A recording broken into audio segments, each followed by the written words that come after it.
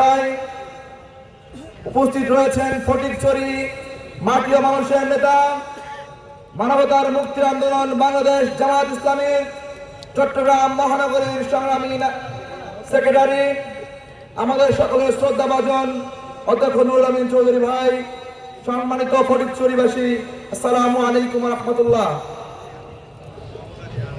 জুলাই বিপ্লবে হাজারো ভাইয়ের রক্তের বিনিময়ে, হাজারো ভাইয়ের আহত হওয়ার বিনিময়ে, শত শত ভাইয়ের জীবনের বিনিময়ে আমরা ফ্যাসিবাদ মুক্ত একটি নতুন বাংলাদেশ পেয়েছি।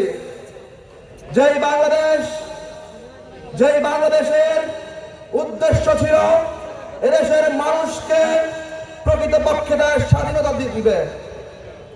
এদেশের মানুষ ফ্যাসিবাদী হাসিনার বিরুদ্ধে সংগ্রাম করেছিল একটাই উদ্দেশ্য, এদেশের মানুষ তার বাক স্বাধীনতা পাবে, এদেশের মানুষ তার ন্যায় এবং তার যে অধিকারগুলো রয়েছে সেই অধিকারগুলো বুঝে পাবে। এদেশের মানুষ সংগ্রাম করেছিল হাসিনার মাফিয়াতন্ত্রের বিরুদ্ধে। এদেশের ছাত্র সমাজ জীবন দিয়েছিল টেন্ডারবাজির বিরুদ্ধে।